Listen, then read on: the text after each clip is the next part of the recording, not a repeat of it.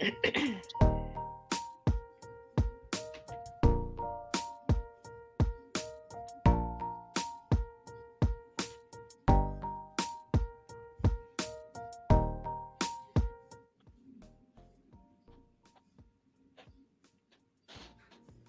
Apostle J.L. Cash, and we're tuning up with Ella Johnson of the Ella Johnson Show to send encouragement to cancer survivors and cancer fighters everywhere around the world. We want you to know that even though you're dealing with what you're dealing with, you have victory right now. We're believing God on your behalf, and here's something that I want you to try to do. Your thoughts create the atmosphere around you.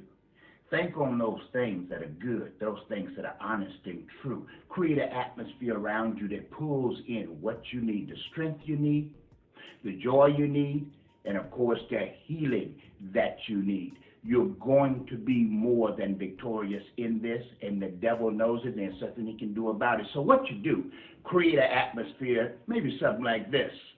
I'm so blessed. I'm so blessed. I got this heartbeat in my chest. I ain't worried about the rest. As long as there's you, Lord, I'm so blessed. I'm so blessed. I'm so blessed. I got this heartbeat in my chest. No, it doesn't matter about the rest. Declare it yourself. I am blessed, Lord. I am blessed. Be encouraged from the Ella Johnson Show and Apostle J.L. Cash.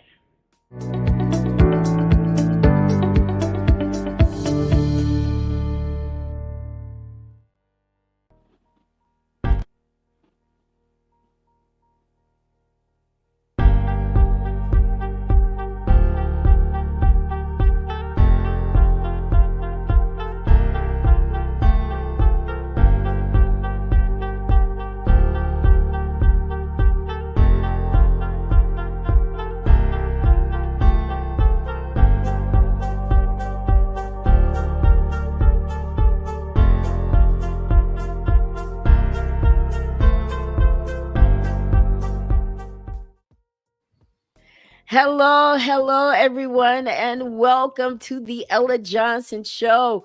We are back. Listen, for some of you, this is night 3 for you because this is the week of revival for our survivors here on the Ella Johnson Show. We have a new show every single night. Listen, I got some pink ladies with me tonight. We are going to tell their stories. You guys are going to be blessed. You do not want to miss this broadcast. And I'm telling you, if you are a survivor or if you're going through it right now, you don't want to miss this broadcast. I'm telling you, this is going to bless your socks off.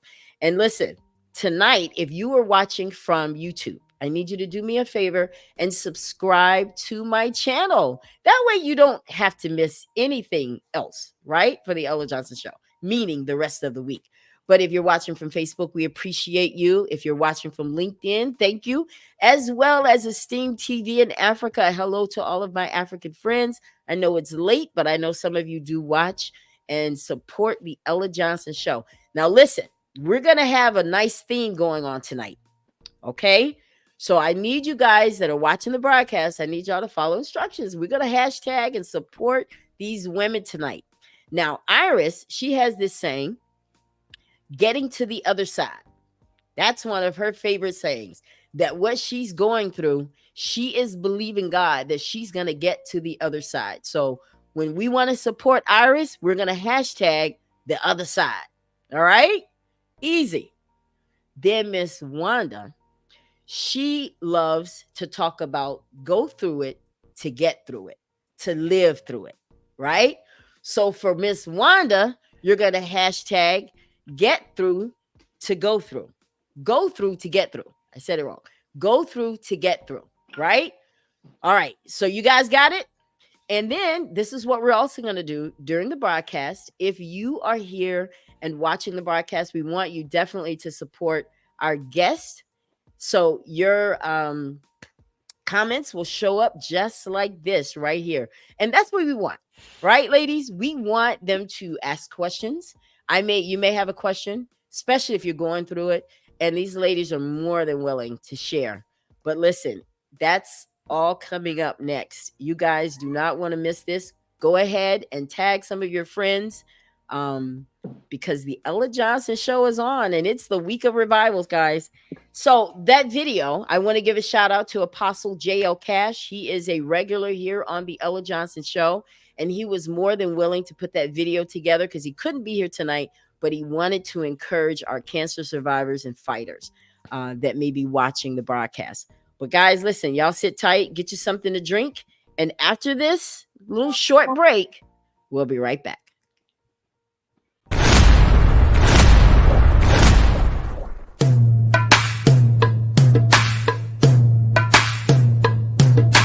It's time for the Ella Johnson Show. I'm so excited that you've taken time out to tune in to the Ella Johnson Show. I hope you enjoy the broadcast. So sit back, relax, and I'll see you at the end of the show. You know, one day someone asked me, Ella, why do you do talk shows? Like, why is this so important to you? I said, because I want people to know that God does use us. Because sometimes things don't happen to you. They happen through you.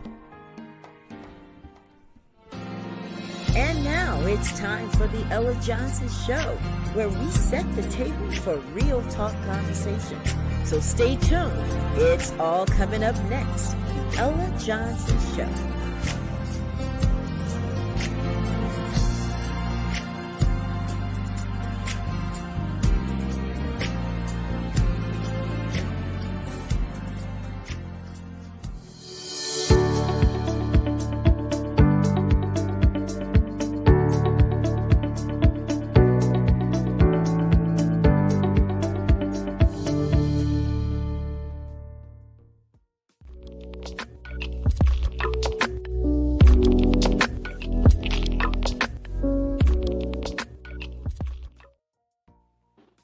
And we are back. Listen, if you are just tuning in to the Ella Johnson Show, listen, we have a show that is packed with some good hope for you because my pink ladies that are sitting here with us tonight, they are here to share with you a message of hope. And they're telling their truth tonight on the Ella Johnson Show. It's cancer sucks. Okay? Let's just be real. That's another hashtag. Hashtag cancer sucks. But I want to remind you guys, I want you to hashtag. I want you to be involved with the show tonight. Hashtag, what's your hashtag, Wanda? Mine is Sisters of Hope, actually. Okay. But for tonight. No, my hashtag 27 years surviving. I'm sorry. Go 27 years surviving. Hashtag. Yes, she is a 27-year breast cancer survivor. Listen, guys. Her story, and I personally know Miss Wanda, so I'm excited that I finally was able to get her on the Ella Johnson Show because her story is going to wow you. So many women have been where she's been. So many women are right now going through what she's been through. So she's going to be very good for you guys to listen to tonight. And then Miss Iris up there, Miss Beautiful, she is going through it right now. So you see the dynamic that we have on the Ella Johnson Show tonight. We have one woman here who has survived, but we have one who is going through it right now. But she's still coming here to encourage you guys. So remember the hashtag. I want you guys to bring your comments, but I want you guys to meet my pink ladies, right? First, we have Miss Iris Patterson. She is the CEO of Chicago Integrated Health. She's a certified holistic nutritionist, a certified health and wellness coach. She's the founder of Iris Botanicals. She is a licensed clinical massage therapist, and her mission is to find your happy place in health. Welcome to the Ella Johnson Show, this beautiful mom and wife. Welcome. Thank you so much for having me on. Isn't she beautiful? Like, I told her, I said, girl, you do not look at all like what you are going through. Thank you. I saw her first day of chemo. It was just this week, right? Yeah, wow. Actually, my first day of chemo was 3 weeks ago, but I wanted to show my video diary from that first week. You guys Yeah. are gonna get to So I see a little bit started of. sharing. Yeah, we're gonna get to see a little bit tonight of her videos. But welcome again to the Ella Johnson Show. Then we have Miss Wanda sitting here representing Hope. Okay, with her pink and white hat. Wanda is out of Tampa. She is a mother, she's a wife, she's a financial guarantee administrator, and a travel agent. So y'all need to look her up when you need to travel and get some good deals. Welcome to the Ella Johnson Show, Ms. Wanda. Thank you. Thank you so much for having me. Well, listen, I think that both of you have a lot to share with our guests tonight. It looks like we do have some comments because I want to make sure that our guests are playing good over here. You know. Hey, Iris. Awesome, Hey, awesome. Ashley. Hey, She is getting it started. Oh yeah, 27 years. Congratulations. Awesome. See, Yeah. now that's what I'm talking about. Thank you, Cameron. Thank you, Cam. Is that Cameron? Cameron. Yes. Mhm. Thank you, Cameron, for hashtagging the other side. Wonderful. Because if you missed it, let me just bring it on back. If you missed that, what we're trying to do tonight is we want to make sure that we're leaving a positive message here because the devil's not going to win. Okay. He can't. He's defeated. That is exactly. No. Listen, on the Ella Johnson Show, we're going to give you some stats. Yeah, we want you to see what cancer is all about, but understand one thing, that we're not the sick trying to get well. We are the healed protecting our health. All right. That is what we declare. That is what we decree on the Ella Johnson Show. So make no mistake about it. That is what we believe and stand by here. However, we are going to share with you some statistics about what this disease is all about. But we'll do that throughout the show. But I want to first meet Miss Wanda. Wanda, listen, tell us a little bit about you and your family and your son and your hubby and what it is that you like to do. So yes, my name is Wanda Daniel. I'm a 27-year survivor. I live in Tampa. I have a family, my husband, Clarence Daniel, and Courtney, one son, Courtney. I am a financial guarantee underwriter. I like finance and I also like travel. My family also travels for breast cancer events. We travel to different cities around the states. We do that as well. And I just absolutely love being with my family, and we travel together as a group all the time. And, so what are some of the things that you like to do? Do you like to garden? You know, some people like gardening. You know what? I love to travel. I love to take pictures. I think in one of my other lives, I was a photographer. I love to take pictures. I actually absolutely love to travel and meet people. I love the experiences that we get when we meet other people. And I also love to share my story. That's a big thing because I just think it's important for us to, share our story and let people know that there's hope. So I've had a lot of support from my sisters, my church members, and that's why I love the wording Sisters of Hope. I love that. That's beautiful. Now, Wanda, this is the thing. Back in 1996, though, that's a long time ago. And your life changed. You were 33 years old. Tell us about June 1996. What happened? Lead us up to the moment that you found out and was diagnosed with breast cancer. So what happened with me, I was, my husband works for a cancer institute, Moffitt Cancer Center. And they always have events, about cancer. And, I knew some people that had some breast cancer awareness events, which I would go to. So they always stress doing self-breast exams. So I started to do that. I started to do it on my birthday. My birthday is July 16th. So once a month, I would do my self-breast exam. So one morning in the shower, I felt something. I felt a lump. And that's really how it started. I felt my lump. I told my husband about it, and he just really encouraged me to go have it checked out. I went to the doctor, and the doctor did not feel my lump. He did a clinical exam, but he did not feel it. But he did say that he would send me to have a sonogram.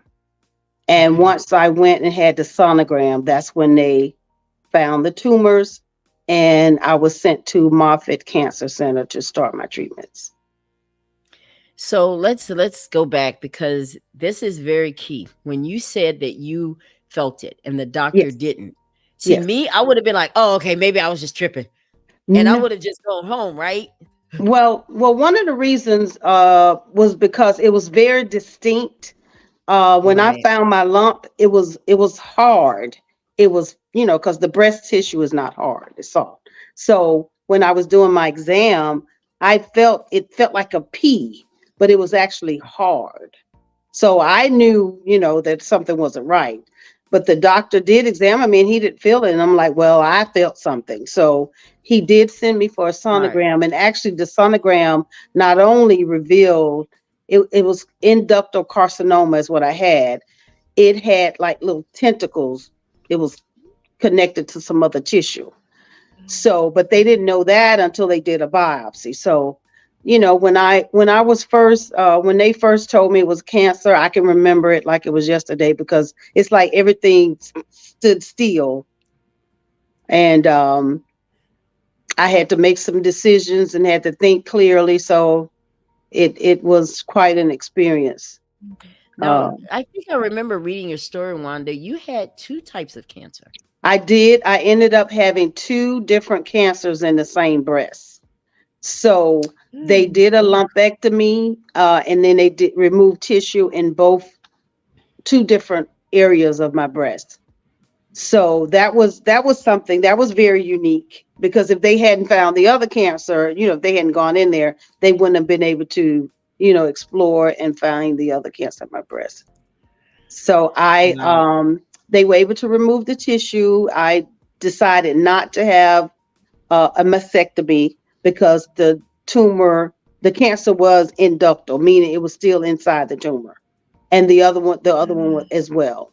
So even though they removed quite a bit of tissue from my breast, one is significantly smaller than the other one, I just decided I felt like I could live with that. Yeah, I probably would have done that too. Yeah. Right. You had needle biopsy, you had lumpectomy, and Yes. 8 weeks of radiation. Wanda. Right. Take us through that. What was that like? So with the needle biopsy, it was terrible. But the radiation, I had read up on radiation and what it would do to your body, and what they say is true. With me, it burned me. The left side of my body was so burned, so scarred, I never, ever, ever, ever thought it would be right again. And I remember going to the hospital, and I still worked most of the time. I would go to work, leave work early, go have radiation, come home, sleep, and then go back to work. I did that. Was able to work. But towards the end, I had gotten burned so bad I couldn't, because I couldn't have anything on my skin. So with that, that was terrible. But they give you different creams, and of course I found some other stuff to use myself, my own little remedies. And by the grace of God, now you can't even see it. It even the scar tissue from the surgeries, you can't even see that anymore. But then again, it has been 27 years. Okay, let me back this up, because I've heard some horror stories about radiation. Right. Describe for me in layman terms what is happening when you're going through radiation. Well, it's funny. You don't feel anything, Ella. You don't feel it. They made a mold of my body, because you lay on this table and you're not supposed to move. They made a mold of my body. So every day I laid in this mold that was of me, so I would not move. And then they mark your body, and then they have these beams like a light that beams on your body. You don't feel anything. Over time, your skin just starts changing. Well, mine did. my skin just started changing. And it would be, it started looking like a blister, and then it just turned it, black, really dark. But, I went through it for 8 weeks, and it's not, I didn't feel anything from the actual radiation. Were there weeks when you're like, Clarence is taking you to the hospital to get the radiation? You're like, look, man, I don't know. You know what? I just wanted to get it over with, Ella. Really, I really had an awesome doctor. He was funny. I can remember him like yesterday too. I just wanted to get it over with because, it was kind of depressing to see your body make these changes. And when you look at it, you're just thinking, oh my God, it's going to be like this forever. But by the grace of God, it was not. During my experience also, I didn't know anyone that had ever had breast cancer before. No one. One of the reasons I like to tell my story is because there were people that whispered to me that they had breast cancer. They didn't want to talk about it. And I really said that was not going to be my story. Why do you think people didn't want to talk about it? I think just most of them were older ladies. And I guess back in the day, they felt like having cancer was a very negative thing associated with having cancer. Like you may have done something or whatever. I don't know. Or it was contagious. I don't know. But I do know there were several women in my church that whispered to me, or when I would see people, they would say something to me and I would tell them that I'm going, because my hair didn't, fall out. It broke off and I just cut it short. So, I had to wear my hair short, too. So different people would ask me and I would tell them. But that was not the story of a lot of people. And I just did not want that to happen. I did not want other people to feel like they had to suffer in silence. I didn't like that. Oh yeah. I didn't want that. I love you for that. I love you for that because people wouldn't know how to get through unless somebody is right there holding their hand. And I know that you do a lot of walks, the cancer walks every year. I see you. You're representing tonight. Right. It has become a lifelong thing. When are we writing the book though? You know what? It's on my mind. I thought about you because I have your books. I thought about you. But doing the walks was really great because my husband is a retired professional runner, and when Special Olympics.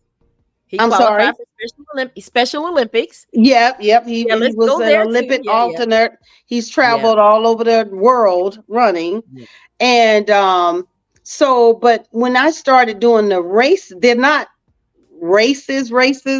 But they are walks. Well, I walk, he'll run. And we had a lot of milestones. Like for my 5th year in remission, I went to Washington, D.C. I did the 5K in D.C. That was my first time going to D.C. That was amazing. For my 20th year, I went to a race in Niagara Falls. Nice. So that was absolutely amazing because it was a half marathon and I walked 13.1 miles. So we've had some significant things happen in our family due to us participating in the walks and raising awareness, because a lot of times there's not a lot of faces that look like ours out there. Oh, okay. And I want that to be out there because I don't want us to suffer in silence. There's some people that are private. It's a difference of being private and then, suffering in silence to me. Well, it sounds like that you're ready to start a nonprofit support group. That's what I'm hearing. Well, That's what I'm hearing in the Holy Spirit. But I think you would be great for it because you're very organized. You are very, you know how you just have those people who are just very good at being organized and bringing people together and just being blah, blah, blah. Yeah. That's you. Yeah. I am the complete opposite of that. I'm like, well, let's get together and just hang out. Well, Ella, what time? When you get there, right? But Yeah. that's why we need people like you. So I really do. And I'm going to speak good things, speak that to life, Well, because I you have a appreciate that. passion for this. And your passion is followed with your purpose. Your purpose comes from passion. Do we Right, agree? right, right. Yeah. Yes, So yes. I'm excited about that. So when you were going through all of this, did you make Clarence upset a little sometimes? Was Clarence like, "Huh?" And he is the most patient person I know in the He world. And he I am not he is. saying that because he's probably watching. It is true. He's over there chilling. Yeah. He is No, one you of the know most what? patient. I remember one of the hardest things for me was telling my son, who was 16 years old at the time. I can remember that. That's like one of the he doesn't remember. He says he doesn't. And I tried to tell him several times, but it was hard for me. So finally I just said one day I'm gonna take him to breakfast. We're gonna go to Denny's. And when we were there, I kept trying to tell him, it never came out. We got in the car to come home and we were sitting at the light, and I just said it. I just told him, Courtney, I have breast cancer. And being 16 years old and a boy, it was like, well, okay, when we going home so I can go outside and play or something like that, you know. He didn't get it. He didn't understand. Right. No, he didn't. And that just freaked me out. You know, I was really upset about that. But that was pretty rough, to get it out to him. But and then one of the main things of my life is the support of my family. I just having the support of family, and I had a church family that was just really like that song say, never would have made it. Yeah. Oh, Having the yeah. support Oof. and of everybody that really helped me through it. Isaiah 54:17. Tell me what Yes, that ma'am. means to you. That was my scripture. That was my stronghold. I held on to that. I said it all the time because the doctor even said to me, he said, if I ever had to get cancer, that word cancer, I would want it the way you have it. Because first of all, your attitude. With your attitude, you're gonna make it through it. The word cancer, it's scary and it's very negative. Yeah. But I held on to Isaiah 54:17, no weapons. I just didn't want to internalize it, because I too have heard some horror stories about people, their mental state, no Yes. support from family, going through things. And I just had to hold on to my faith and my family, my husband and my son, everybody, my sisters, my mom. It was just absolutely amazing to have them at my side. And this is a point, guys, where I want to throw some stats at you. Breast cancer is the most common of the cancers. It has, with the new expected cases, 2023, 300,590. That's a lot of people for breast cancer. It's the most common one. Yes. You survived it. You survived it. Yes. Oh my God. What is that moment? Were you angry with God? Did you ever get angry at God? No, I never got angry. I didn't even get angry. I didn't get angry at God. I didn't even get angry about having it. I was scared. I was definitely fearful, because, it was unknown. I didn't know, like I said, I didn't know anyone that had breast cancer. I just didn't know what to expect. So I did join a couple of support groups, once I was diagnosed. That helped too. And, a lot of people sharing their story, all the stuff that they have gone through. But hearing that word, even now, I had a couple of scares. I still had my exams. I went every 6 months for 9 years. I had a mammogram, sonogram. I had things for 9 years. And to be honest, once they released me for annual, I cried. I was terrified. Because I'm thinking, okay, because I'm thinking if I'm going every 6 months, the likelihood of them catching or finding something early which early detection is the key, I figured I would have, a better chance at, if they find it, they can take care of it or whatever. So to start going annually, I was a little nervous about that. Now you say you had some scares. What do you mean? Meaning, on a couple of mammograms, they saw something, and so they sent me for the testing. And one of the last scares, they actually found something. They said they found something. They retested me, said they still saw something. But I'm telling you, Ella, when I got to the hospital for them to go in to see what it was, they did more testing and they said it wasn't there. They didn't see it. I already knew you were going to say that. Yes. Oh, yes. I believe it. So I Yes. held it together because Here. my family, of course, was there. Yes. And we went to IHOP. I think it was IHOP. And we got in IHOP and we were all just screaming and crying and shouting and in IHOP. Ooh. Because I was at the hospital ready to go through another procedure. And they said, we can't do it because we don't see anything. Lord. But God. Yep. Listen, that's a praise moment. Because I know, guys, listen, real talk. Battles start here first. Yeah. Yes. This is where they begin.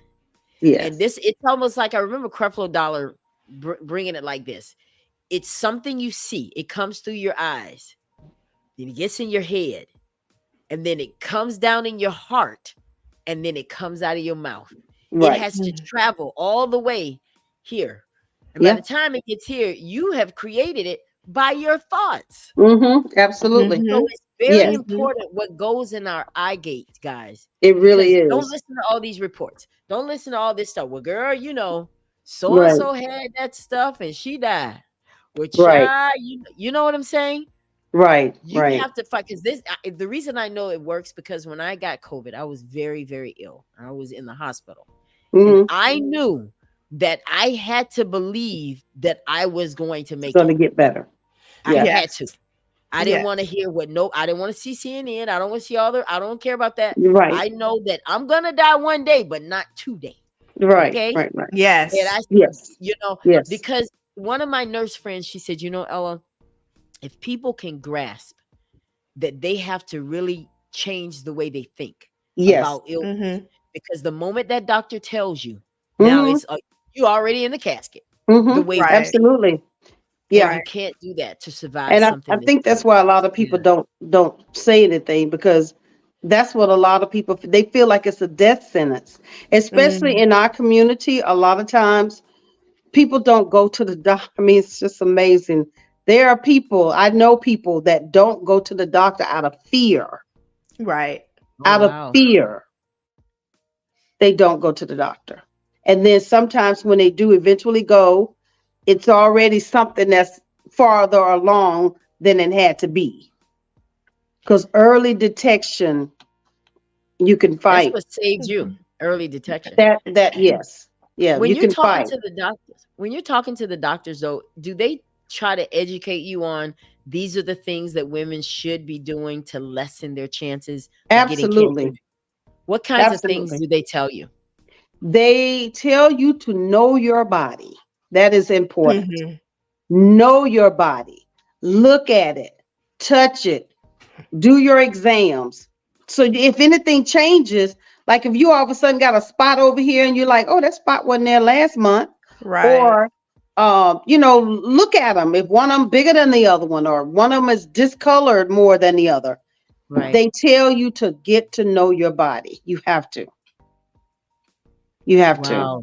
And to do the exams. Do the exams and get a mammogram. So I think you're right about that. A lot of people just don't want to listen. I'd rather not know. Right. I just believe that, we all got to die anyway, then we start justifying that behavior of especially if you have insurance, why not, Right. But mammograms are free, aren't they? Right. Yes. Well, depending on the insurance. And then there's so many organizations too that help with that, because, there's certain ages that they tell you to go, that you get tested and you can get a mammogram. I think it's 40, but I was 33.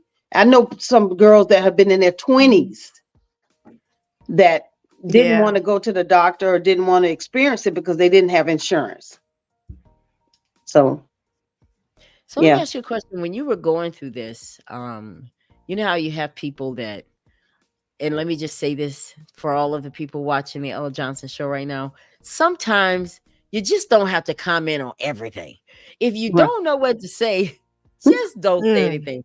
Was there ever a time that you were around people that would just say something you're like, now I know she did not just say that?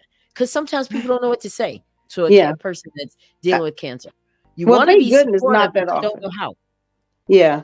I didn't really, not that often. No, I can't say that I did. The biggest thing with me was how people came to me to whisper that they've had it in the past. That was Right. huge. That was huge. Yeah. How does it feel when someone says, "Girl, I know what you're going through," when you know they did? That's like Mm-hmm. me telling you, "I know what you're going through. I've never Mm-hmm. had cancer." You know what I'm saying? Right. And Right. you want to say, "No, you have no idea." Mm-hmm. Mm-hmm. Is That's that what your response usually is in that kind of situation? right. Well, yes. Or it opens the door for you to be able to either offer them some type of comfort in your story, or to listen to their story with an open mind to know and understand what they're saying, because some people can't understand how it feels to find a lump. I started having pink parties every year. I have a pink party in October. It wasn't July because it was my time. And I have this breast model that you can feel it, and you can feel the lumps in it. Now, it's hard for me to Oh, feel it wow. because when I feel it, I feel it. When I feel the lump in the breast, I feel how it felt when I felt my lump. So, but I have it here for other people to feel it. Because that way, when they're doing their exams, They they know what can it feels say, hmm, like. Mm. yeah. Do we know how young you can be and get cancer, breast cancer? Like, can I you heard get the other breast day cancer if you're somebody was 12. Oh, really? Oh So my.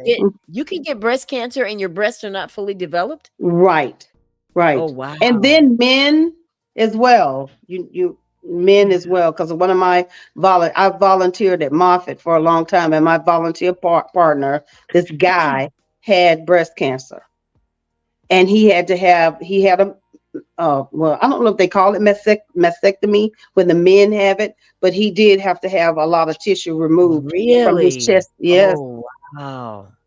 Now yeah, that's different. I would love to be able to interview a man who's actually yeah, I've never met that. yeah. Now, according to cancersearch.com, they're educating me that some cancers don't come with pain. Some cancers you don't get pain. Did you experience pain aside from the radiation when you had cancer? I did not. I did not, and that is very true. You don't. Wow. Now, some women do experience pain, and so that's when they go to the doctor and they'll say, "Oh, I had this pain in my chest or in my breast or whatever," but I did not. I did not. I Wow. didn't have any pain. What about side effects? Did you get side effects when you were going through radiation? No. Well, the side effects, I guess, would be the blistering and the burning, Yeah. but that eventually went away. It took it a while, but with aloe and all these different things that they give you, it does it. But no, after that, I really didn't have any side effects. Now you mentioned that, you were afraid. You were Hmm. afraid I don't think there's a person alive that's not going to have that initial feeling of fear when Right. you get this type of information. But what were you worried about the most? Were you worried about your family? Were you worried about how this was going to affect them either financially, or what were your biggest worries when you found out that you had cancer? Initially, it was, fear of dying. really. Just scared that because I didn't know what they were going to have to do. I didn't know if they were going to have to remove my breast, or which that wouldn't have mattered. If they had to remove it, that would have been fine. But fear of them being able to take care of me so that I could survive. I had insurance, so I wasn't really worried about the financial part. I did, every once in a while think about, if I would have died, my husband and my son and my family, how devastated they would be. So yeah, that all that, it does cross your mind. It does. Yeah. And that's real. That's real. Yeah. It really, because you have somebody in the background saying, get your affairs in order and that whole thing. Mm-hmm. So yeah, it's real. It's At real. some point, yeah, it really is. Now, did you have any bad days, Wanda? What did a bad day look like for you when you had A bad day looked like still fear. I never said why me. I did not. I never said that. But Awesome. Because I'm like, why not me? And the fact that God saved me, I feel like he, saved me for a reason, Yes. And but mainly I did have fear of it coming back. I mean, it would be stupid because there are people that have cancer come back after 30 years, 25 years, years. So I'm never out of the woods. And I know that. So, that crosses my mind sometimes. Was it easy to give God praise when you were going through so much? Oh, absolutely. Because I praised him as I went through, because he was bringing me through. He was bringing me through it. I didn't know what else to do. Because, you have your family that love you, my husband, my son, but it was nothing like the quiet time that I had talking to God and thanking him for saving me.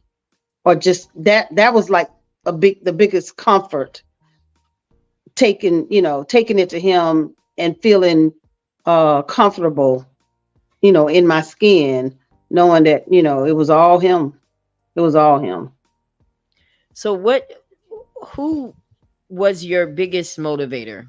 I know you're going to say Clarence, but as far as like the people that were around you, I know you said that your church, your family, your son, your husband, but there had to be something that you really held on. I know you held on to your faith, but was there anything else that you were just like, I don't care what the doctor says?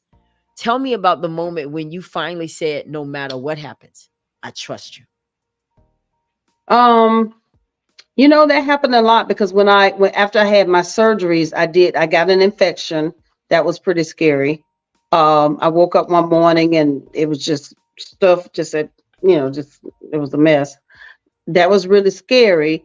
And, like you said, I know, I'm going to say my husband, but it is what it is. It was my husband, my son, my family. They were here. My church family, absolutely. How many surgeries did you have? How many surgeries? I had two. I had two surgeries. When I got the infection, they had to go back in and just kind of, clean things out and do whatever. So that's all the spillage was. It was an infection. It was an infection. Yeah. And it was, you don't want to get an infection. So, and then you want to catch the infection early. You don't want it to linger for days. So, yeah. So that happened. And, that was pretty scary. But yeah, just holding on to my faith and my family. That was the biggest, that helped me through it. Oh, wow. Yeah.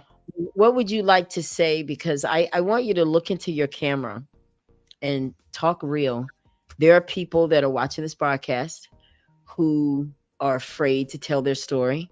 There are people that don't know where to go for help. They may not, they don't know enough scripture to quote anything. They don't attend a church. They're just sitting at home suffering in silence. Nowhere to go. They're just there. It's almost like they're in hospice already. What would you say to that person? You know, I would just say if it's any part of God in you at all, pray and ask for guidance, because you have a better chance. If you want to live, you have a better chance of living if you reach out to somebody. And then, you can listen to people. You can know, sometimes you can hear people in different areas say something like, either I've been through something, or I know somewhere you could go to get help for something. Because I do know of people that have been so fearful that they didn't do anything and they lost their battle. And you just have to dig deep, Ella. That's all I can say. Just dig deep, fight to live, fight for yourself, fight for your family. And that's the only way you could do it, is to dig deep, and you got to reach out, because there's help available. And find Listen, somebody, find somebody. somebody. Yeah. Yeah, yeah. Well, So listen, I'm here. I've mhm, never been through it, but I am yeah, here, and I'll put you in touch with people like Wanda and Iris. absolutely. Oh Anyone yeah. that's Oh ever yeah. been on my broadcast Oh yeah. to mentor you and pray with you. Yeah. Because we should never, God put us all here for a reason. And he Right. gave us the word. Because I'm telling you, when stuff like this comes up and creeps in your life, Mhm. and you could be watching today and fine, and tomorrow you could go just for a cough and come to find out that you have this, you know? Absolutely. So Absolutely. you just never know. You just never Yeah. know. Well, I appreciate that, Wanda. Thank you so Yeah. much for all of that. But of course, you're going to stick around.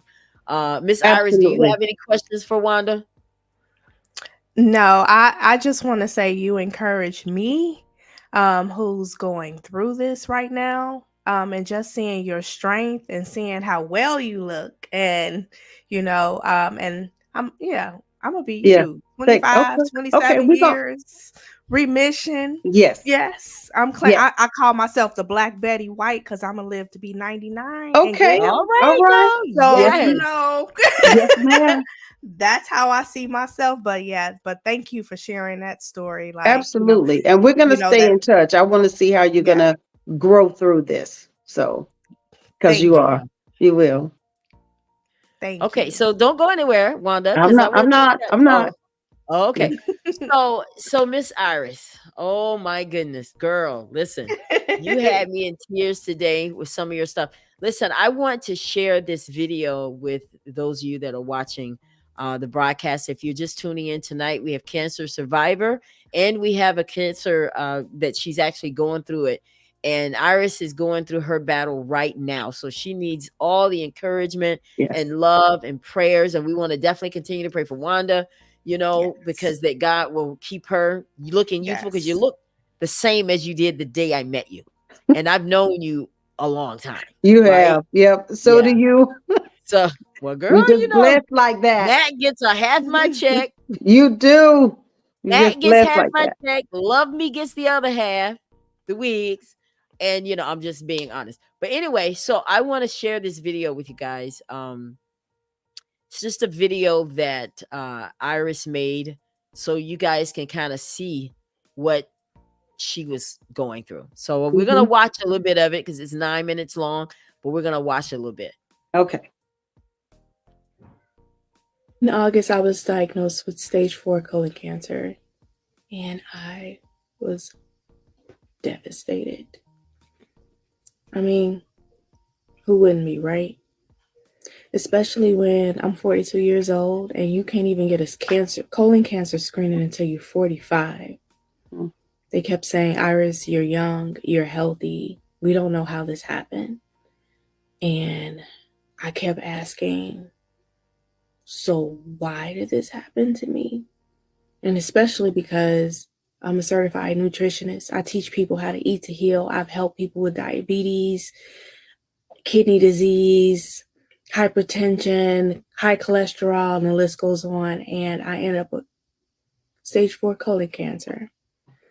The reason why it was stage 4 is because what I was carrying, that 10-pound mass, it was because the colon cancer. shedded some protein, shedded some skin or whatever, and it fell on top of my left ovary and mutated it into that. Lord Jesus. I'll tell you how I was feeling. And it got me breathing hard because it hurt. When I was walking around today, I feel something here. I feel something in here.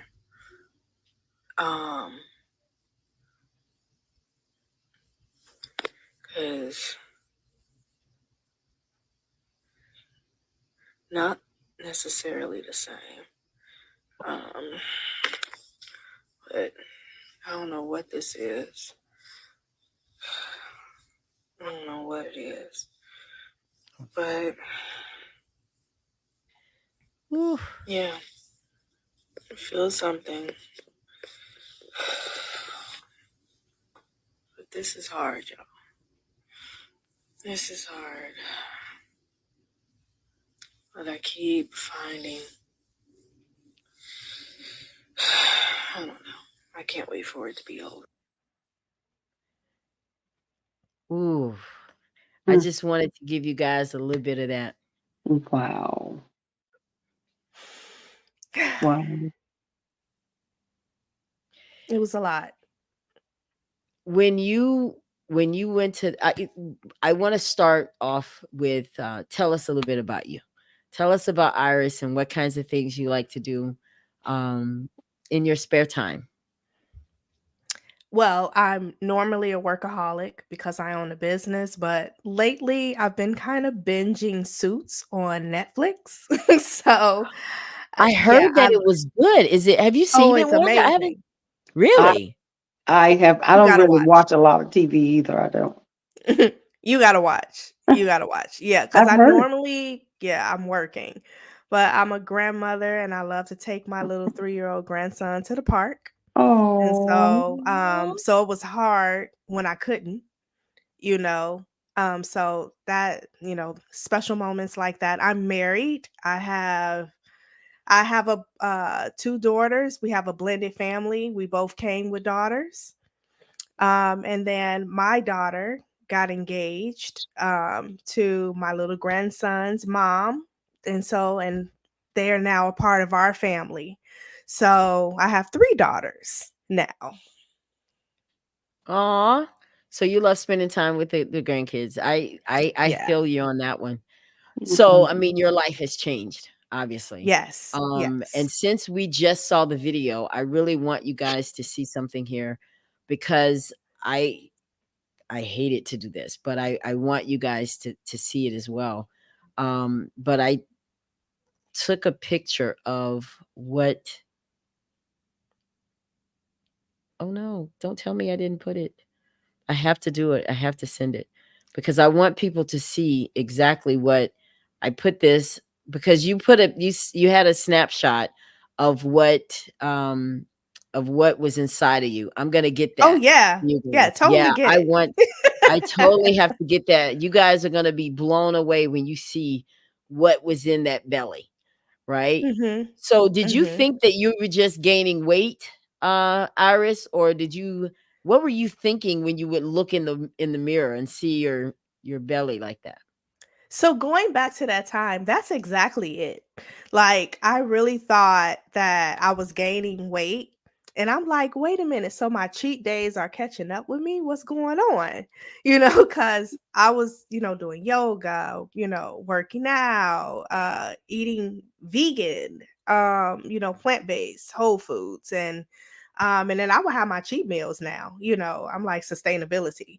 But what happened before that, right after the bloating, was that I started having sharp, debilitating pains in my gut. Mm. And it would bring me to my knees Mm. literally. Nothing made it better. And I would Oh, my Jesus. one time it got so bad because my husband, before he had left for work, he actually called off that day so we can go to the doctor. One day it got so bad my teeth was chattering. I had hot flashes. And I literally could not talk. That's how bad the pain was. It was not a level 10, it was like a 20. And I was always on my knees. And so it was one day I told him, this is the day he called off. I said, I don't know how much more I can take it is. And I meant that. That's how bad the pain was. And he held my hand until it released.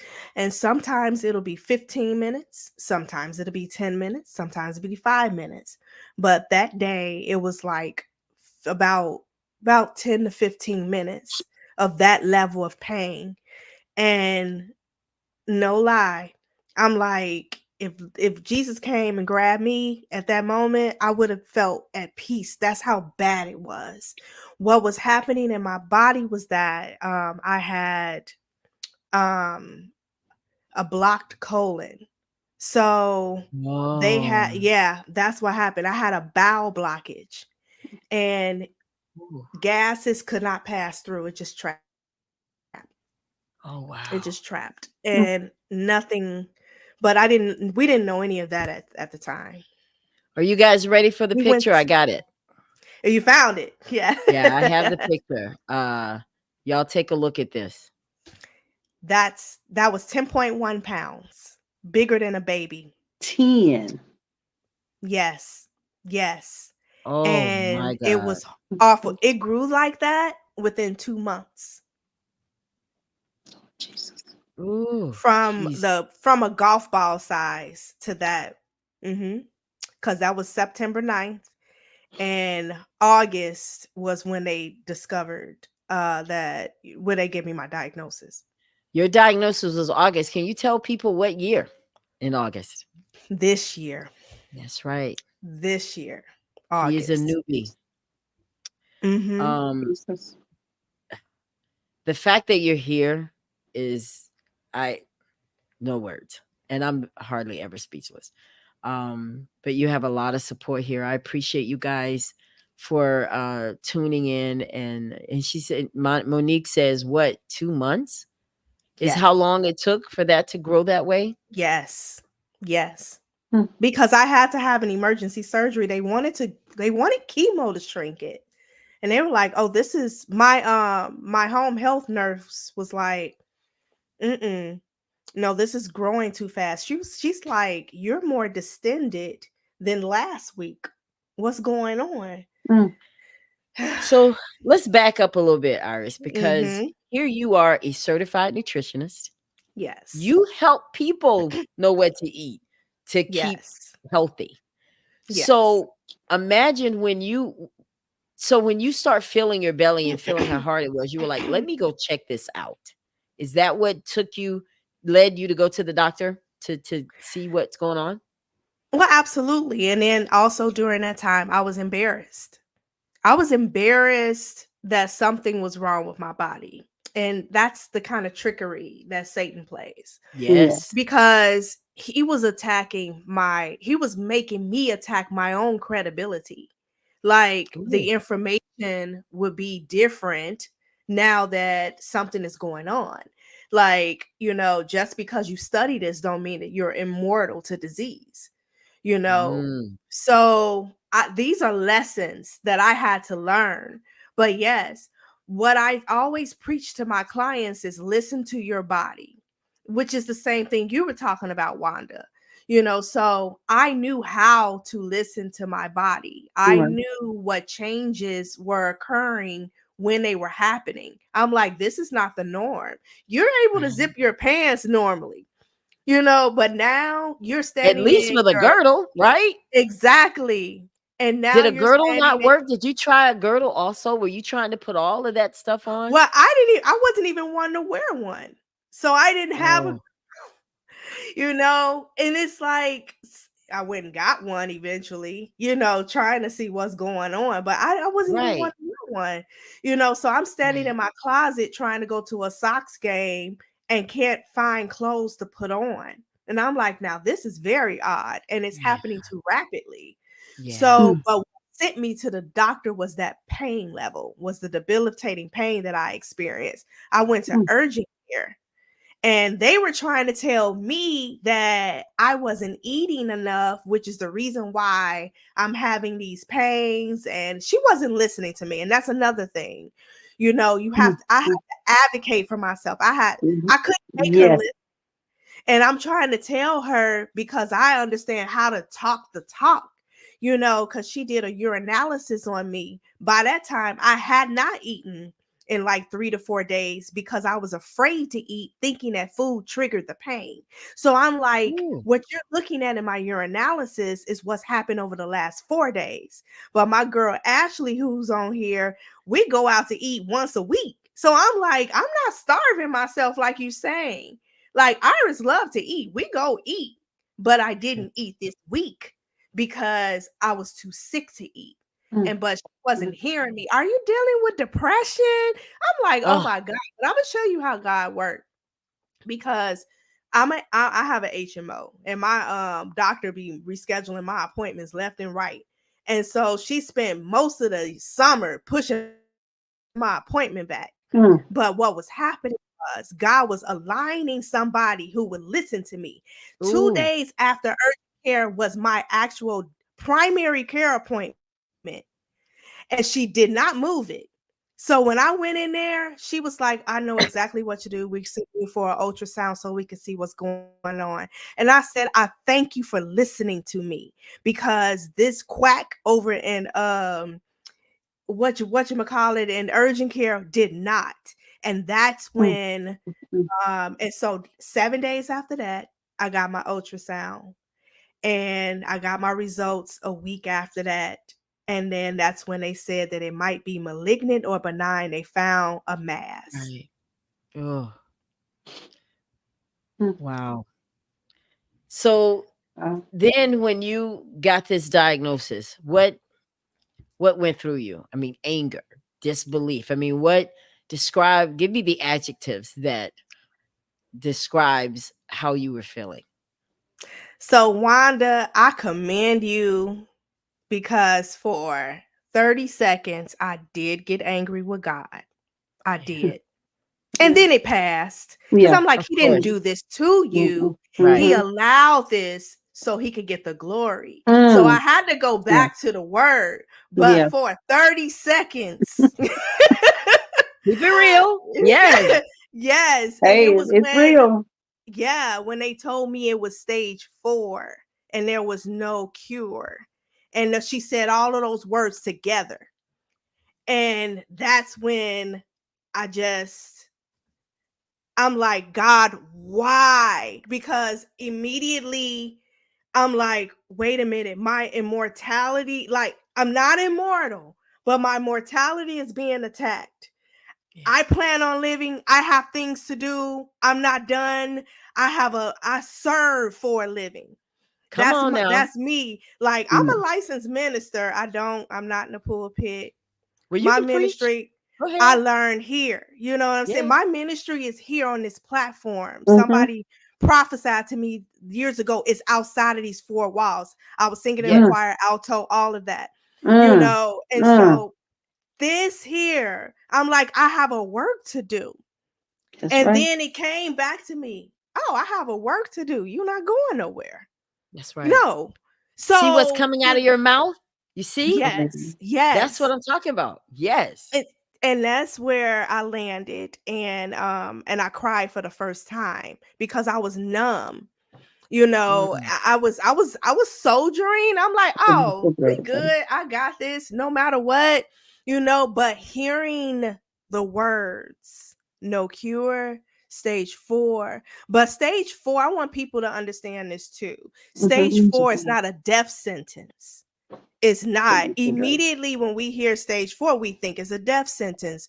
But no, they have to say that scientifically because of how things line up in your body and the things that happen in your body. But that don't mean that you're going to die. That's right. You know, but because we go off of TV, you know, and we see all of these things and watch people get a diagnosis, you know, all this other stuff. And then they look like they're about to pass and all this other stuff. But I had to tell myself that's television.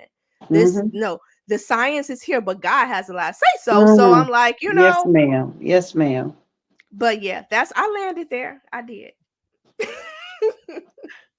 No, but you know what? I like the transparency because people need to know it's okay. Right. It is okay to be angry with God. It's Mhm. okay.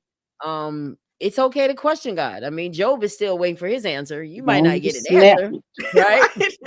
Job's long you still waiting. snap out of it. Long you snap out of You it. gotta snap out of it, Mhm. and that takes a process. But that's also why you gotta have word in, so that when you need it, word Yes. comes out. Right. Yes. Because right. that is how you win these battles. That's Just right. sitting up, watching TV, playing video games. No. This is Mhm. spiritual warfare. You're gonna have to know some word. You're gonna have Yeah. to put some word Mhm. on it. Right. All right. Mhm. And talking to your friends all night, that's not gonna do it. Right. Being mad at the world all that's not gonna, you got to go right. back to where it all began. Because one thing about us, God is the manufacturer. If I need Mhm. to know how to fix my Lexus, I'm not gonna go to Honda. I'm gonna go Right. to a Lexus dealership Yes. because they made that car. Right. They know how it's supposed to work. Yes. And so when I go Right. there, I'm confident that they have somebody there that Mhm. can put it back together. And that's the Absolutely. same way we have to be Yes. with God. He is your manufacturer. He He knows is. how to put you back together, right? Yes. Yes. So you got this diagnosis now, Iris. Now it begins. What did they give you? Did they say, okay, this is what the plan is? What did they say your plan is going to be for your cancer? So this is a great place to also plug. Take somebody to the doctor with you, because I stopped listening after after the, because she did come back with a plan. She was like, here's what we're gonna do, but it sounded like Charlie Brown's teachers. Bonk, bonk, bonk, Wah, yeah. wah, wah, wah, wah. Yes. So, but the brain is amazing, because even though I have my mother there, my husband there, who actually understood and listened to the plan. When I was in the shower the next day, after I went through all of my emotions, I started remembering what I heard. And, Mhm. the plan is this, we're going to do 12 rounds of chemo. Mhm. We're going to take the most aggressive approach. Mm. She said that it's preserved for, and this is what she said literally, this preserved for people like you who's healthy. Now, I used to get irritated with them saying that, because I'm like, you're saying cancer and healthy in the same sentence.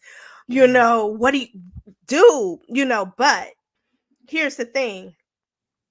I'm grateful that I took care of my body Yes, ma'am. beforehand. Mhm. Because if you're going through, already got underlying diseases, Mm. and then something like this creeps up on you, Yes, it ma'am. can take you out. Yes, ma'am. But because I took care of my body and it is in a healthy shape, I can beat this thing. And that's why I'm grateful. Many people have told me you don't look like what you're going through, what you've been That is through. so true. But That's it's the first thing I but it's told you tonight. because of all the work I did before that. That's right. So, so the Mm. 12 rounds is for full Foranox. That's 4 medicines, and it's the most aggressive treatment. And I'm doing every other week. And I'm ending in like March is like my last treatment. And so there are side effects, and then after that it's a lot of maintenance, and I hate colonoscopies, but that's next year. Every year you're doing colonoscopies. I'm also going to be taking an antibody. They're going to slip that in my chemo treatment somewhere. She said there's a lot that she said technology has advanced, and medicines have advanced, that it's a lot of treatments that are available to you that would be maintenance. Wow. So the chemo, describe, because I know in one of your videos you had like a tube or something there. How does chemo work for those of us who have never been around it or seen what happens? Mhm. Describe what's going on Yeah. when you're getting chemo treatment. So they used to put you in a hospital, to give you your chemo treatments. Now they, send you home. You go to the hospital for the first few drugs. In my case, they give me 3 of the 4 drugs in the hospital at Christ. Um, I'm sitting there, they feed you lunch. You can have 2 people with you. My husband and my mother show up faithfully. Watch TV. They're very kind. I have a port here above my breast, and they put a needle in there, and then they now hook up all the medicines, and it comes in through an IV. The port was like my 3rd surgery, and so they have to put Oh, it under your skin. oh, They keep it there for a while. Right.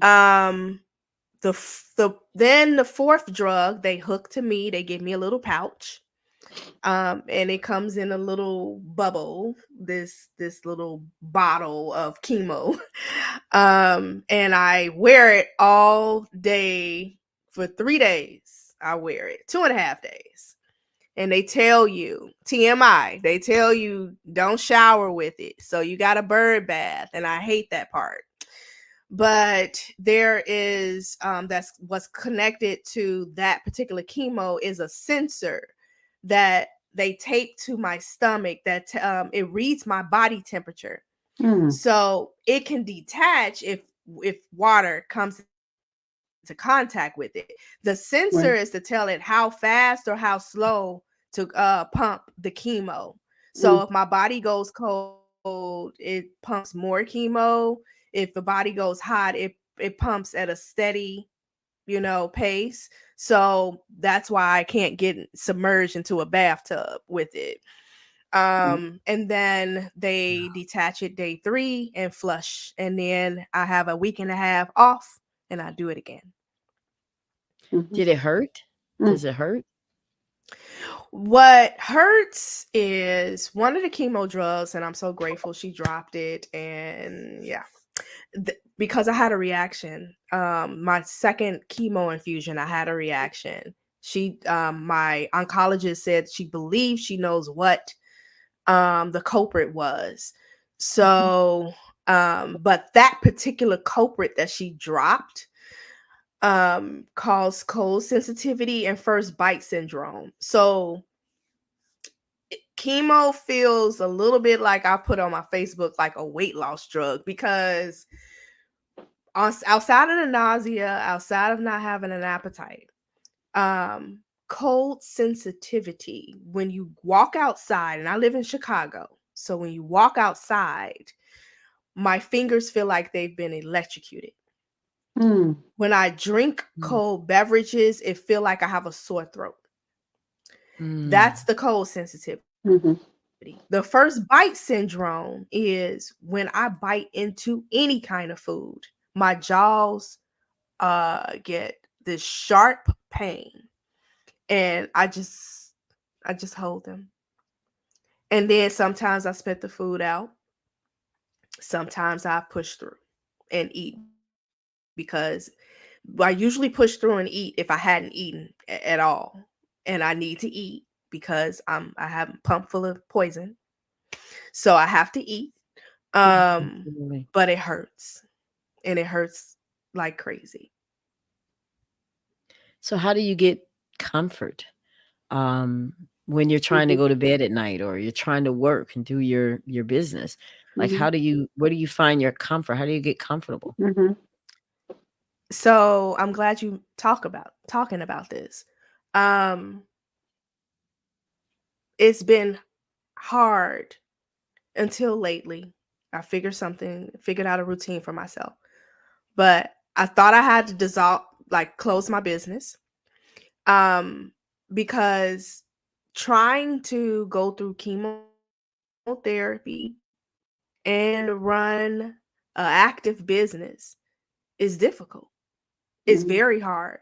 I have clinicians that work, in the company. My mother is my clinical director, so she's helped with a lot.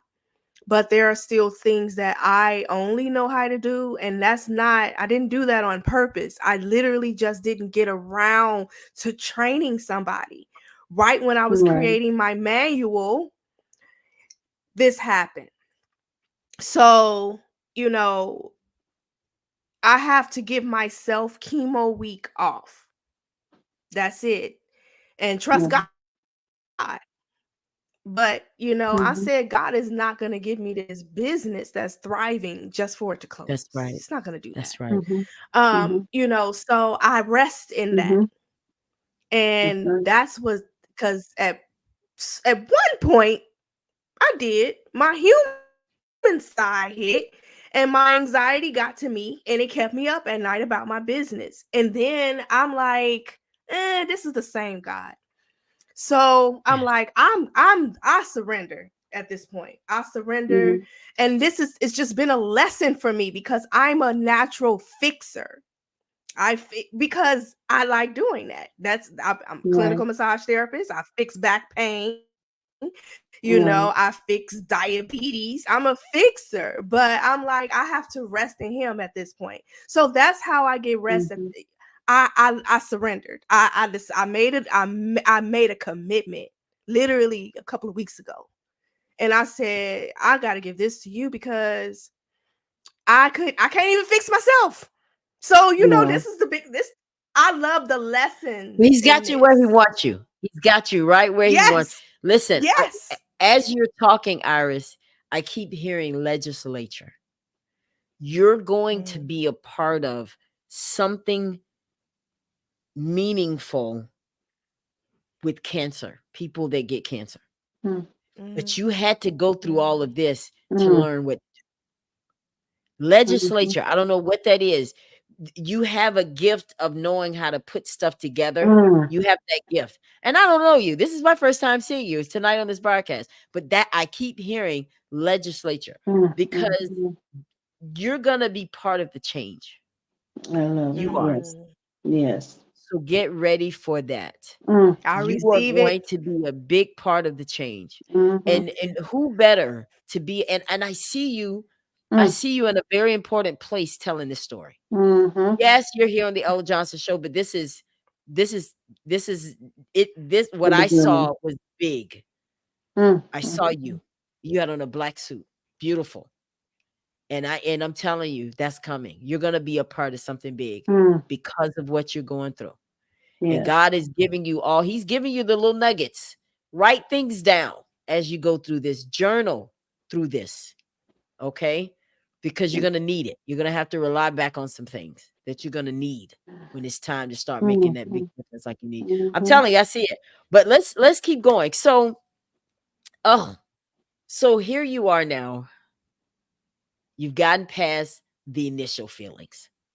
I got to do this. How did your husband feel when he found out? My husband, he's a man of few words. And so, yours too. Yeah, he's very, like, still waters run deep is what my mom told me. And so, he admitted at one point that he did shed tears, but he said, I would never do that in front of you because I Oh, have to be strong for you. But this man, when I say that his office was at Christ Hospital every single day from the time that visiting hours started until they let him stay after. They let him stay like an hour after until from 8 to 9. One day, my first hospital visit, I was in there 11 days. He was there 11 days. Another hospital visit, I was in there 10 days. He was there 10 days. So that man, I'm like, he really helped me to shape my definition of what a good man is. It ain't ooh, got nothing to do with money. It don't have nothing come to do on. with material things. Come on Right. now. Somebody who show up. Sure and will. who is invested and That is. beside you and Mm-hmm. emotionally available. Mm-hmm. Hey, What? I'm like, y'all arguing over the wrong stuff. Mm-hmm. This Come whole on now. 6-figure, I ain't got time for that. Mm-mm. You know, I'm like, no, this man. So even though he didn't cry in front of me, that man should.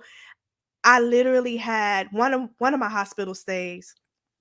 I had to share a room for 2 days with a married woman. I didn't know she was married. And John was like, she married? When she mentioned she had a husband. We didn't see her husband none of the 4 days that she was in there. Lord And Jesus. so I'm like, and it really this puts so much in perspective about what's important. Mm-hmm. Yeah. You know, so I'm Mm-hmm. my mama said you married well, and she always tell me that. Yeah. But Yeah. I say I agree. I feel you. Now we have a question here. It looks like Shirley has a question. She says, "May I ask, after the surgery, Iris, why did you not choose the holistic herbalist plant-based approach to eradicate the cancer?" That's a really great question. And to be very honest, I believe in it, but I'm not playing with this cancer. I'm going Western medicine, something that I know that's been proven over and over and over to Mm-hmm. eradicate and put it in remission. Mm-hmm. I say do both. You can do herbs, but I'm going with, I'm sorry, the poison. You know what I'm saying? Because I'm not gambling with my life. And now I'm going to tell you a real reason why I say that. There's a very, very real reason why I said that. Because I watched somebody play with the herbalist medicine. She stopped her treatments. She's Yeah. not here. I went to her funeral. I know somebody too.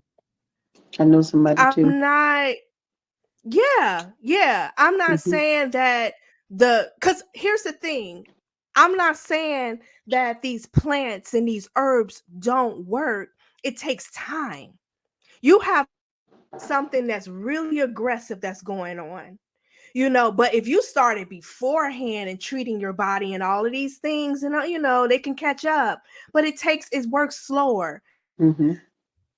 The chemo works faster. So that's the reason why I For believe in those it, of but you I that believe are, in it as paired yeah, with it. for those of you that are just tuning in, I want to show you guys something. This is what Iris. This is why she went to the doctor. She was feeling this. She could feel that it was painful. And this is what was inside of her After Mm-hmm. 2 months, herbs can't catch after up with only that. 2 months. You know what I'm saying? Yeah, yeah. Mm-hmm. This is what was So inside of her. After 2 months, herbs can't catch up with that. You know what I'm saying? Yeah. I think I hear myself again. Sorry. That's okay. That's okay. So Exactly, that's Ashley. that's a good answer. But hey, you guys keep the questions coming. I love it. Because okay, Ashley says, I'll take the drugs, the poison, and the plant for 500, Alex. I hear you.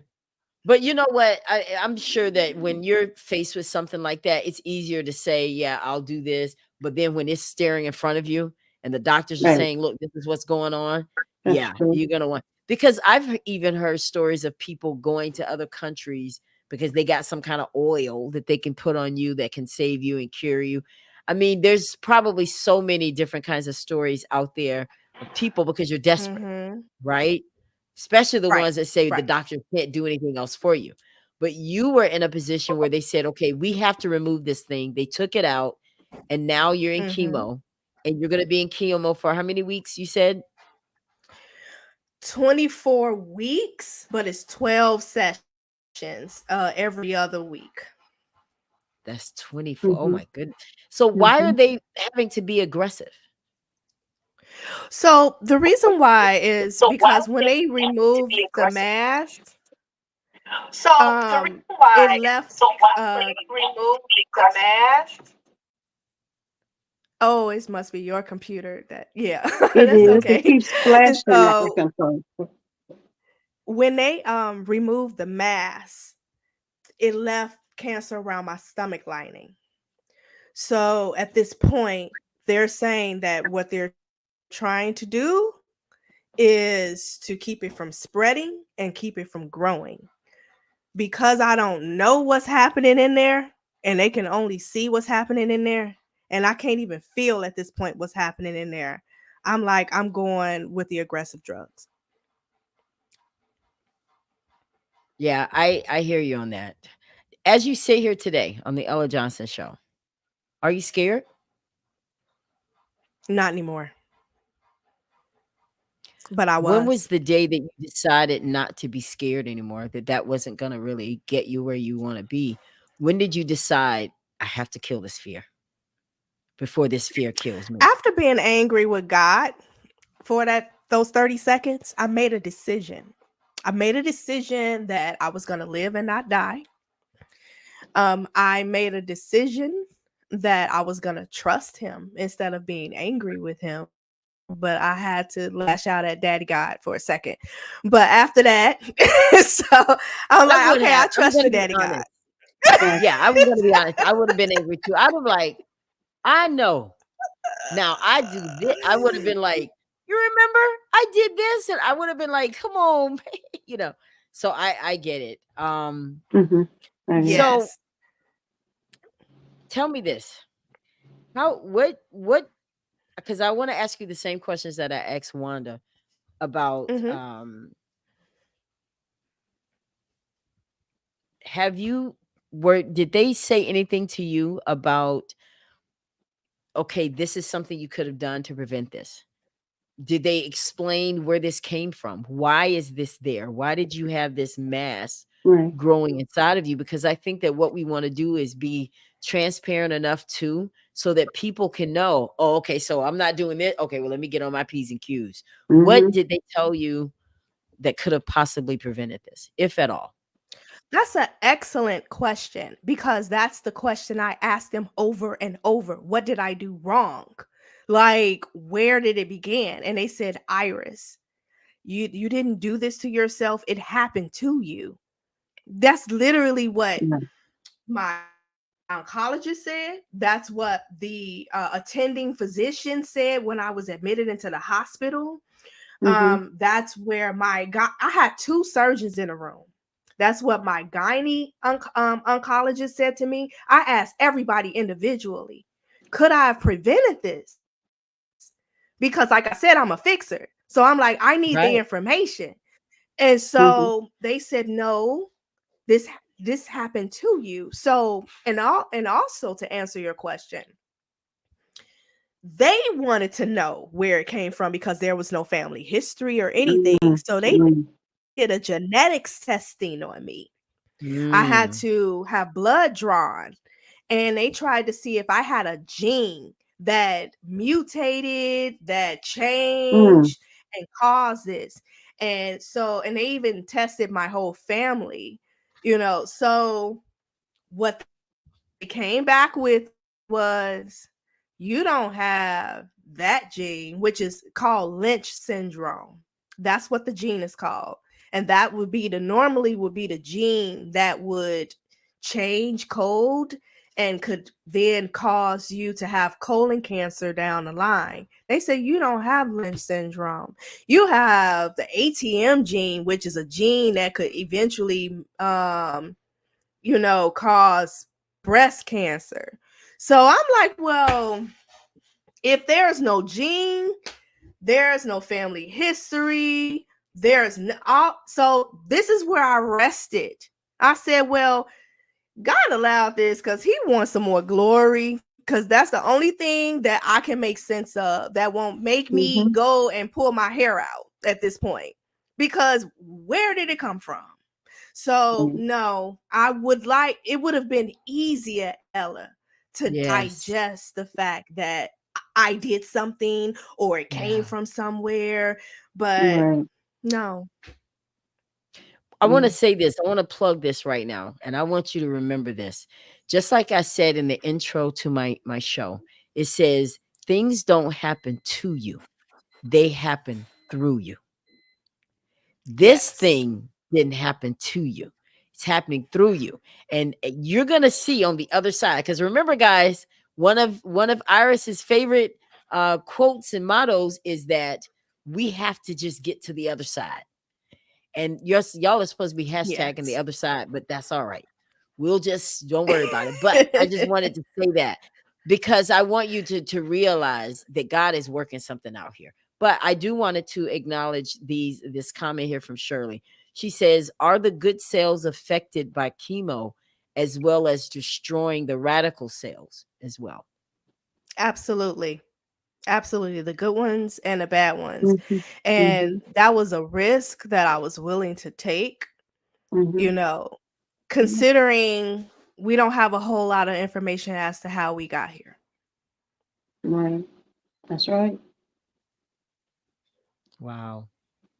Our bad. Thank you, Nicole. That's my I love you, boo. Thank you. Nikki. Thank you, Ashley. See, that's what I'm talking about. The other side. And the reason I want to do that, we're having fun doing it. But the more we say this, we can bring Mhm. it, right? Mm. Because all of us are trying to Yeah. get to the other side of something. Your Mhm. other side you might not be coming from cancer. You might be Right. coming from a failed marriage. You might be coming from a loss of a job. But just know that you can get to the other side because that is very key. So, what do you worry about anything? And if so, what is the thing that you worry about the most? Because your journey is very new. Mhm. You are bombarded with thoughts. I know you told me that you listened to gospel, the song Waymaker. What was that the name of it? Yeah. Waymaker. You listened to Waymaker. that. What do you worry about though? In your secret thoughts, what is the thing that you worry about the most? My therapist, my therapist would tell you that I worry more about the state of my business than anything else. Because I'm like, this business cannot fail. She said, why not? Like, you created this, you could create again. Why not? Hello. She said, what would be the failure is if Iris just gave up and died. And I'm like, yeah, okay. I'm like, okay, you put that in perspective for me, but Yeah. but Yeah. that's really, I am a hardwired entrepreneur / workaholic. Like, this is the most I've been home. My husband loves it because I'm I bet. always gone, always doing something, always building, always working on the next. So Mhm. I'm a true visionary. I'm always in the future. This is causing me to be in the present. Mhm. And I'm not used to being here in the present because I'm Wow. always living in the future. So that Mhm. was my worry. My Yeah. family, we're okay. We're Okay. good. It's that thing, but I'm learning, like I said, to not worry. And that's when I surrendered. Oh And, yeah. because I told God, Mhm. I said, man, because I had an ostomy bag and all of these things. And I'm like, I cannot wait to meet this Iris that you're evolving me into. Like, this is a true evolution. I can't wait to meet her on the other side. That's where I started saying the Mm. other side, All right. because the work that Mm. he's doing on me, you Mhm. forcing me to smell flowers, like, Yes. because I don't remember to do that. Listen, I was a mom at Mm. 16. I was 16 and pregnant with a hole in my shoe, Mhm. working at UPS my senior year, flunking out of senior year because I had a baby and trying to work at UPS because I did not want to put hardship on my parents who was taking care of a baby. So I've Mhm. been grinding since I was 16. Mhm. And Wow. he's Mhm. saying, Wow. Iris, you're not that single mom anymore. You're not the girl who got a hole in her shoe, but her baby looked fly. you're not that girl anymore. You have done so much to pick up your life. Like, smell these roses, so Yes. even in the midst of going through this season where there's stage 4 cancer, I'm still doing amazing. Yes. So I have to allow myself to live and bask in that. Mm. Was there ever a time for you, I asked Wanda this as well, where it was hard for you to lift up your hands and praise and sing that gospel and get on your knees? Was there ever a time where that was just a chore? Like it was just very difficult. Like, God, all right, I'm going to give you the praise, but I don't really feel it in my heart. Has it always been real, or were you doing it because this is what we're supposed to do? These are some prophetic questions. I'm just letting you know. Deep. I told my mother I feel very ashamed. And it was this was August. This was when I was carrying a mass. I said, I feel ashamed, Mom, and I can only say this to you. So now I'm saying it to other people. I Okay. said, every day now when I wake up, I don't feel grateful. I feel sad. Yeah. And I said, I feel ashamed because he deserves the praise. Yes. No matter what. And I cannot, No matter what. I can't. Yes. And I can't feel it. I feel sad when I wake up. And she said, that's a true statement, Right. and that's when I started shifting, making myself wake up with gratitude again. I used to bounce out of bed, like leap out of bed. I had stuff to do. I'm grateful to be alive. I'm ready to see my clients. I'm ready to serve. I'm ready to get on social media, make some people laugh. But in August, and he kept me through that, and I'm grateful for that. But I realized and I recognize the state of my spirit. It was low, because I was in pain. I was sad. I was carrying something that is bigger than a human infant fetus, in my body. And laying down was hard. The simple things were hard. Wearing the pins because it's sitting on my kidneys. I can't I cried in a bathroom in a hospital one time. And the nurse came and sat on the side of my bed. He said, it's all right. He said, this thing is hard. Because I could not, I don't care how early I got started to make it to the bed, I couldn't make it there. And so these things, just something simple like laying on your side, you can't do that with that. I had a moment. I had a long moment. It was a couple of weeks. That's real. What word did you use to get out of it? What scripture? Where did you find your peace with it? Because peace is I had a lot priceless. of scriptures. Oh but yeah, peace. Lifting my eyes into the hills from whence cometh There my we help. go. My help coming from the Lord who made Yes. heaven and earth. So I had to look to the hills. I had to look, and the way you do that, you stop blaming God, you look to him because that's where your help comes from. You can't blame a man and ask for help. So it's a shift happens in your spirit. You have to go back to the word. It is the foundation, but it don't mean you won't have human moments. And so and that's what I tell people, like, yeah, you're going to have those moments, but you don't stay there. You cannot stay in that. That it don't serve you. So knowing and understanding that spiritual logic, that it don't serve you, You know, you Mhm. find a way to come out of it, but talking about it and saying it out loud to somebody you trust who won't judge you, who won't be too Yes. preachy, you Yes. know, and start making you feel even worse for being No. human. You know, those Exactly. phone calls, I stopped taking a lot of the phone calls. You know, a lot of questions you asked, I'm like, oh my God, that was so me. Because people didn't know, they didn't say the right things. They, That's a lot of Mhm. people, though, Iris. And the reason I'm asking you this, one, because in my spirit, I knew the answer already. And two, people need to know that it's okay. Don't Right. let these Bible thumpers make you feel that you've missed God Right. because you just right, don't understand. Mhm. Okay. right. And that's why I want that, because there are people that are sitting here that could be watching this broadcast that are just wanting to give up because they don't have anybody really to talk to. Because Mhm. like you said, you stopped taking phone calls. Why? Because people are like, well, now don't say that, baby.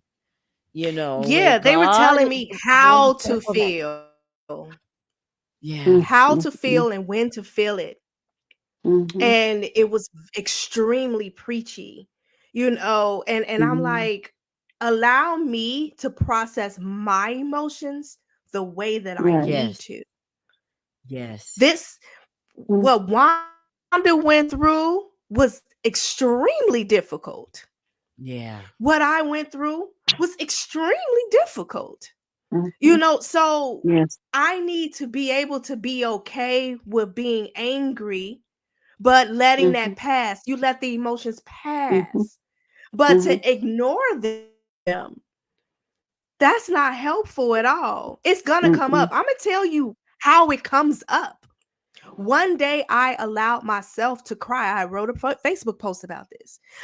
I was going through all the clothes that I was wearing to donate them.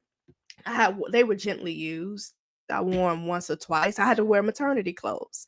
And so when the mask came out, I didn't need them anymore. But as I was folding my clothes, I started hyperventilating. And I started crying uncontrollably. And I'm like, well, wait a minute. I was just fine just a few minutes ago. Mhm. You're asking me to press down my emotions, you know, because it means that you might not have faith and trust God and Mhm. it's weakness and all of that. And no, I had to let them, they're going to come out some kind of way. Let So it I out. That's had right. to let them out. We Absolutely. Mhm. suppressed Yes. in the church a lot because I had to stand. It was one particular time, very short story, where I knew I was going through a depression, and this is totally unrelated. And Mhm. I told my pastor, and she said, "We don't speak that." And I'm like, and she was my godmother too. I'm like, but Aunt Pat, if I don't say it, how would I know what to fight? Why can't I name this thing so I can fight it in Mhm. Jesus' name? Yes. Mhm. Binding depression. Why can't I say the word? Why can't I acknowledge that I had these feelings? So I'm indoctrinated still. I still go through that where I'm suppressing things because it's not okay to be not okay. You know, you got to be Mhm. good all the time because God is good. Yes, He is good, but I Mhm. still feel this over here. So, you know, if I don't acknowledge that, then maybe I'm not glorifying God, you know, and you know, it's just Mhm. all messy. A But lot. I had to Mhm. work through that to be real. And Right. I knew that God still loved me even when I was angry. He That's Mhm. right. still loved me Absolutely. and gave me grace and mercy, new mercies, even though I woke up ungrateful. Ooh. He didn't turn away from Mm. me. Oh, He Jesus. still kept me. So it's like I feel my God gave me time to process and run back to Mhm. Yeah. him Right. and That's start right. chasing him again. That's You right. know, because he know his little Iris. She need a minute. In my heart of hearts, I love him. That don't Mm. change Yeah. because I'm angry. That's right. Right. Well, I am just so proud of both of you women. Mm. We definitely have to do this again because I want as many breast cancer, colon cancer survivors going through it. Let's bring them all here because this is a place of Mhm. healing. That's what I declare for the Ella Mhm. Johnson Show. This is a Mhm. place where you can tell your truth, be real, not be judged. We're Mhm. going to love on Mhm. you and send you on back out there in the world, you know, so Yeah. you can change lives because it just I'm just speechless. I mean, because Wanda, I didn't know like all of your story, just the surface. But I Mhm. had no idea that you had scares again, Mhm. even after you were diagnosed and had Mhm. surgery, that you Mhm. chose to have one of your breasts smaller than the other one just and be good with that. Your husband's Mhm. good with that. And that's all that Yeah. matters. And that you Absolutely. wanted to share your story. You Mm. wanted to tell, right? And then Mhm. with you, Miss Iris, oh my goodness, Mhm. you have a road ahead of you. Mhm. But I know that God allowed this to come on you because he knows what he put in you. Mhm. Yes. Yeah. Yes. Remember Yep. that Yeah. because he's working on something. And I know it's not easy Mm. to feel that when you're sitting there with a tube hooked to your chest and you're in pain. I saw one of your videos. You look like you were in pain, I was, but you yes. made it through it. You made it through it. Yes. You made Yes. it through it. Listen, Yes. I want us to end the show on a spiritual note.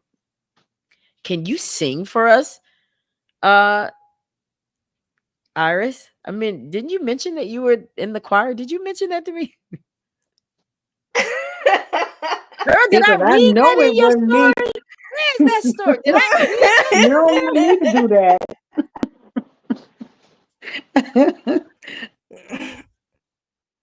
Can you Yeah, do that for okay. us tonight? Yes, I Because can. but Yes. before we do that, I want to make sure that you guys see the notes. Nicole, both of these beautiful guests took all my teared up. I know, right, Nicole? Listen, I wanted to, but I know, just like I told Iris, I said, girl, I got to hold it together tonight because all this is going to come off. And y'all going to be saying, like, where did Ella go? Yeah. Girl, listen, we had to keep it together. Um, let's see here. Keep pushing through the storm because it will be better on the other side. Thank you, baby girl. Thanks for sharing your journey. God bless. Awesome. I want you guys to see it. Saying Iris. So that's somebody that knows. Uh-huh. Y'all are amazing. So we're gonna end our show. I want you to minister. I have a family member that is watching this broadcast right now, and I want to personally say to you, I know that it was difficult to come here to share your story on the Ella Johnson Show. I know I'm auntie and everything, but in time, God will use you when He's ready to use you. But I wanted to also dedicate this show to my cousin who just passed away just 3 days ago from cancer. And Mm. he had been dealing with it for a while, and his fight was up. He tried chemo and it didn't work for him.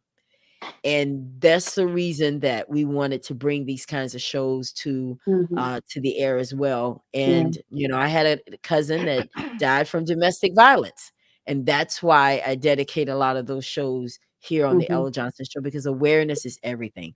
Mm. Because with my cousin, we had no idea that she was suffering with domestic violence. Like you said, Wanda, a lot of people suffer in silence. So I want you Mhm. to bless us and encourage people tonight, Iris, through your song. And just for the next 5 minutes, I want you to just give us that. Whatever God puts it on your heart to say and sing. The blood that Jesus shed for me way back on Calvary, the blood that gives me strength from day to day. It will never lose its power. Mm. Mm. It reaches to the highest mountain, and it flows to the lowest valley. The blood that gives me strength from day to day, it will never lose its power. It reaches to the highest mountain, and it flows to the lowest valley. Oh, the blood that gives me strength from day to day, it will never lose. It will never lose. Oh, it will never lose its power. Wow. Do you know that is absolutely one of my favorite songs in the world? I love because Oh, guys, listen, really? let me tell you something. There are things that money can't do anything for. There are things that people might not be able to do for you, but the blood, Yes. it's real. Yes. That's That's not right. just a Yes. song. That is real. You got to plead the blood over those situations. Mhm. I'm telling you, God is Yes. still in the miracle business. He Mhm. is still blessing people out here. And listen, God was definitely involved on this show tonight. You can believe that. I've been feeling it all day. Yes. And while we were just sitting here, God told me to have you sing. I didn't read that anywhere. I didn't know that at all. Because You know, he I was put it singing in that me. song in the shower. I was singing it in the shower this And you didn't morning. even know why you were practicing. No. Girl, you better stop. Mhm. It just came out of nowhere. I wanted to sing something else. You know, He was working. He God. was working. I knew there was going to be something special about this show because both of Mhm. you women are powerful. Powerful. Mhm. And Miss Wanda, Mhm. you still got some stuff to do. That support group and your husband going to help you because these husbands need their own support group Lord for Jesus. supporting Yes. their wives. That Mhm. nonprofit, Mhm. you can take those people, everybody that you're meeting, take them, create your own walk in Tampa. Call it Sisters of Hope Yeah, Walk. absolutely. I'll come. I receive it. I might be on the bike though. I'm just saying. I receive You see the wig flying in the bike? That's going to be me. it. But I would support it. I would absolutely support it. I Take. support you writing your book, telling your story. Mhm. Mhm. It There's some things for you, Miss Wanda. I'm Mhm. telling you, because I've been I thinking receive about it. you all day, and I don't know what it is, but God gave me a little bit tonight. Definitely with that nonprofit, Yeah. definitely with that book. But there's a lot He's gonna pull out of you too, because you got too Mhm. much passion for this. So it's definitely tied to your Mhm. purpose. If you have a pulse, you have a Mhm. purpose. And I know Yeah. you got a pulse because you're watching this broadcast. I don't think there are any dead people watching this show tonight, right? So if you have a Right. pulse, you have a purpose. You just Mhm. got to find yours. Do you guys want to say anything before we get out of here? I want to say to Go ahead. Iris, Yes. you just blessed me. You just blessed me. And with my Sisters of Hope, listening to you, my story, your story, it gives hope. I mean, it gives hope. It don't mean that we're not gonna go through stuff, but if we go through stuff with Jesus and with our family and have hope, it's you know, we can do Yeah. what God has put us on this earth to do. And I just thank you. I want to stay in touch with you. So Yes. just God bless you and keep on keeping on. And I'm gonna be there. I'm gonna be there. I'll be in the background cheering you on. That's right. We Thank want you you to know, so much. Iris, listen, anytime you want to call me, I don't care if you just want to sit there and just cry. I'll hum to you. I might not break out and sing the Thank blood you. for you, but I'll Yeah. just hum, or I'll put a Mhm. song on my phone. I'm like, well, baby, I got something for you here. Let me let Yeah. Yolanda put you to sleep, Mm. because that's what I do. Listen, one thing I learned Yes. growing up in Alabama, my mom, God bless her soul, she's no longer with us, but my mom always taught us how to pray. And she said, baby, there's going to come a day Yeah. where all you can do is just moan. Mhm. You Mm. may not know Mhm. what to say. You might just be sitting there crying, but just let God pour into you, and Mm. I thought, oh, these old folks, they always trying to tell us stuff. Oh, no. It's true. Yeah. I've had some of those days. So I want you to encourage everybody. One last word, Iris and Wanda, to the people that are Yes. watching this, and then we are going to say goodnight. 2 seconds, 20 seconds, well, maybe 10 Yes. seconds, each one of you. Yeah. No matter what's going on in your life, just know that God did not take his hand off of your life. He just did not. He would never let you down. Man can let you down, but God would never. So continue to just put your trust in him, just lean on him, a firm foundation. All right, Miss Wanda, what last words you would like to I encourage? just agree, and it within my heart of hearts, I feel that we are both sisters of hope. For the people that was listening, the people that were hearing our Mhm. stories, feeling our stories, I just hope and pray that it gave them some hope, Yeah. because with God, and to know that with God you can make it. You can make Amen. it. Yes. Amen. Yeah. All And right, thank guys. you, Well, Ella. listen. Thank you for having us. Oh, you Thank guys are so welcome. you Thank so you Anytime. much so for Listen, much. having me. once you've been on the Ella Johnson show, it's home now. You can come back whenever you want. If you see me post a show and you're like, I would like to speak on that, hit me up. Come. I love to have a lot of people on the broadcast, because I love doing this, because this is what's real. And this is how we help each other. We don't knock the crown off somebody. We just straighten it. Right. That's Right. it. Yeah. All right, Thank guys. you. Well, listen, tomorrow night, we're having the new Black Panther Party is going to be here tomorrow night with Paris and Alex. They're going to be here. We're going to talk about the state of America. Now, listen, there's still room if you would like to be on that broadcast, because I don't know what direction it's going to go. I just know that we're going to discuss the state of America, see where we need to be, what we need to do, because everybody has a part to play. And then on Thursday night, we have some random true stories.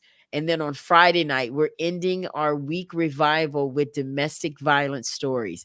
That's right. I have 4 women that are going to come here and share their domestic violence story, because domestic violence is still real, guys. So we still got to keep talking about it, encouraging each other. I got 2 more messages here, and then we are going to definitely get out of here. Thank you, Miss Wanda and Miss Iris. Yes, good night, queens. I agree. All right, guys. Well, thank you all so much for tuning in to the Ella Johnson Show. We'll see you again tomorrow night, same time, 8:30 p.m. Eastern, 7:30 p.m. Central. Have a good night. God bless you. Thank you so much for tuning in to the Ella Johnson Show. We'll see you next time. We are supporters of the Ella Johnson Show. We live in South Korea. We have been watching Ella Johnson Show for like a year now. And we love her show. Her show is very inspirational, motivational, and educational.